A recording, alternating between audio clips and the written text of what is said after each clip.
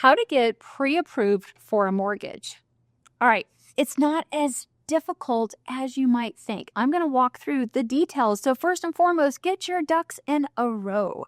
And that means preparing your finances, getting the health of your finances in order. So here's a few things. One, if you're not monitoring your credit, you can go to annualcreditreport.com. You can get a free copy of your credit report. And if it's been some time since you've seen your credit or you're not quite sure what's out there and you're not ready to talk to a lender yet, go to annualcreditreport.com, pull your credit. Now, it's not going to give you a score, but it is going to tell you what is going on with your credit profile. And all the things that you see are ultimately going to drive your credit score. So when you get ready to get pre-qualified with a lender, you've already kind of taken a peek at it. If there are any collections on that credit report, do not pay them until you talk with a lender, depending on your time frame.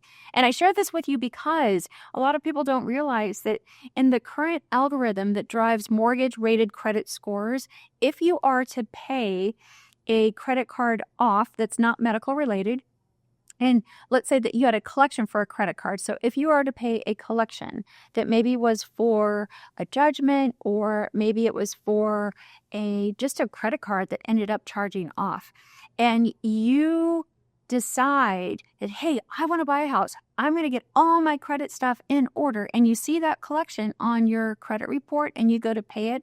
If that collection is old, let's say it's a year, 2, 3, 4 years old, and you pay it, it's going to bring it current onto your actual credit report that the lender pulls when you pull the mortgage credit report, and it can drop your score. So I'm sharing this with you because I love the fact that people want to do the right thing. They want to get their ducks in a row. They want to get their credit ready. But again, if you have collections out there, do not plan to pay them depending on your time frame of purchasing a house or refinancing until you talk with a mortgage lender. They're going to be able to walk you through how to get it paid. They'll probably work with you on having it paid at closing so it doesn't drop your score, etc. So credit is a big deal.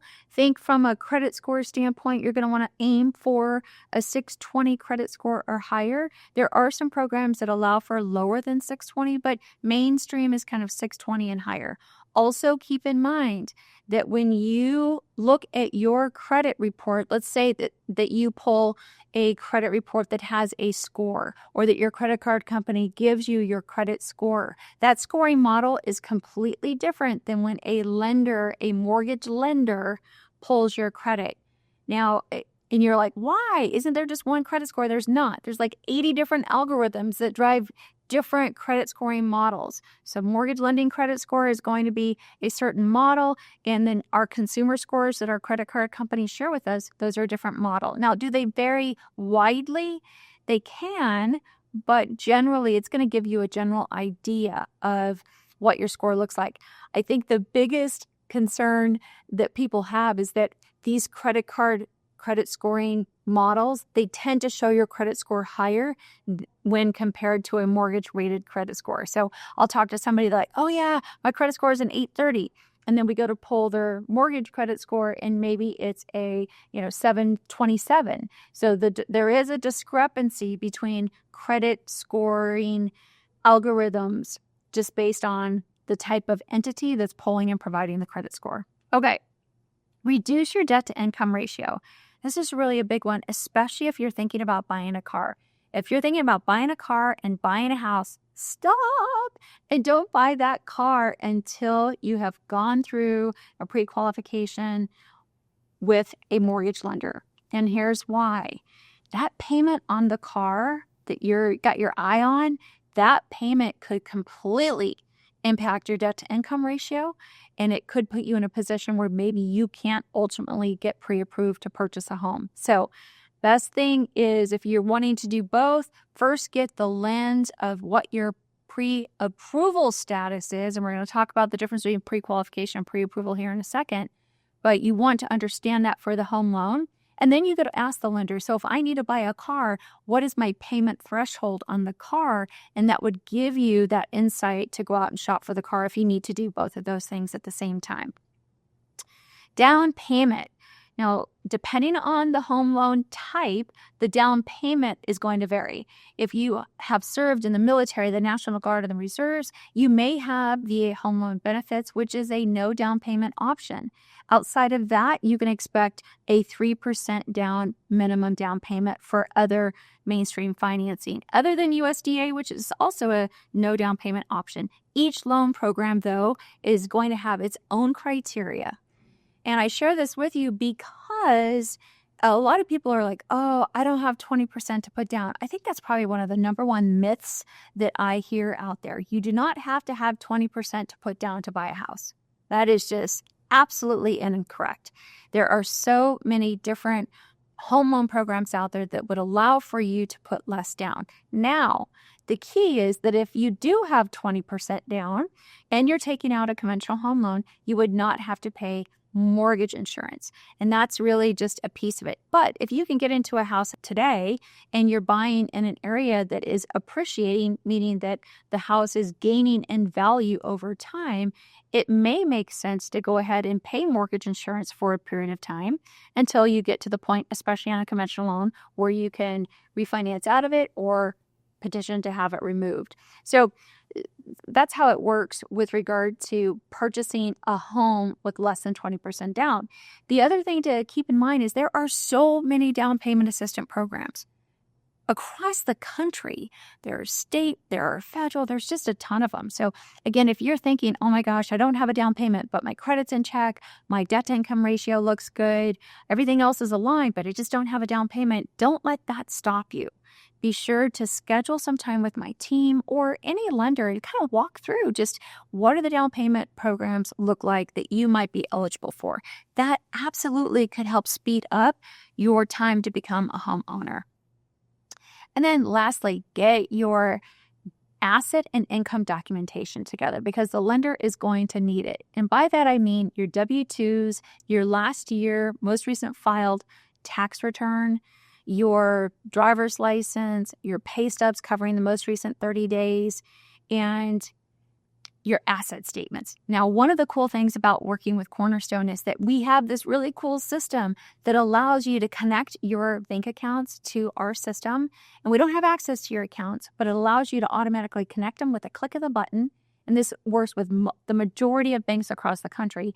And then it automatically downloads all of that so you don't have to provide all of your bank statements.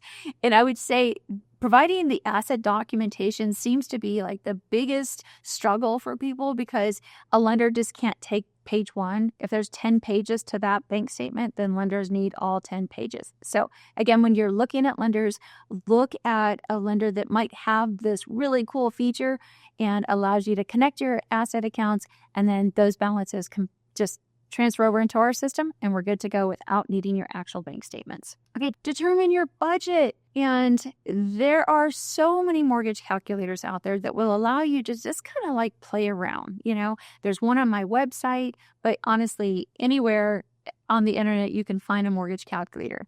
The harder part of the process is being able to evaluate what property taxes are, what the homeowner's insurance cost is, and what mortgage insurance costs would be, again, depending on the loan program that you are looking at.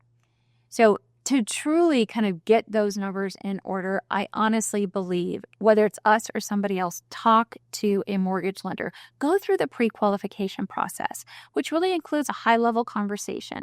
They're going to ask you your income, your debts, your payment goals. What are you comfortable with? Are you renting now? Are you in a lease? When is it up? Are you staying with family and friends? All of those things go into that pre-qualification conversation. But honestly, that's just like half of it. What you ultimately want before you get in a car and start making offers on houses is you want to get pre-approved. And a lot of people are like, well, what's the difference? Well, pre-approved means that you've provided all of your documentation to the lender. They have gone through it. They have submitted your loan very often to an automated underwriting system that's going to get an approval. And it just gives you a little bit more security in knowing that your home loan is going to be approved because, again, that's just kind of taking you up to this part of the process. Now you have your pre-approval letter, you're out shopping, you're writing offers on homes. That offer gets accepted. Now the lender continues from that contract acceptance to the closing timetable. Well, stuff could have changed. Maybe you got pre-approved months ago, so you need to provide updated documentation. Maybe you have changed jobs. Oh, please don't change jobs until you've already talked with your lender and you let them know what you're doing and how the income impacts your pre-approval, etc. So that's it. That is how you would get pre-approved to purchase a home. And if you have questions, don't hesitate to reach out. Honestly, I feel like so much of this feels really cumbersome and scary for some people. It doesn't have to be. It can just start with a 15-minute chat, just kind of walking through your specific scenario. You can reach us at 480-725-0150.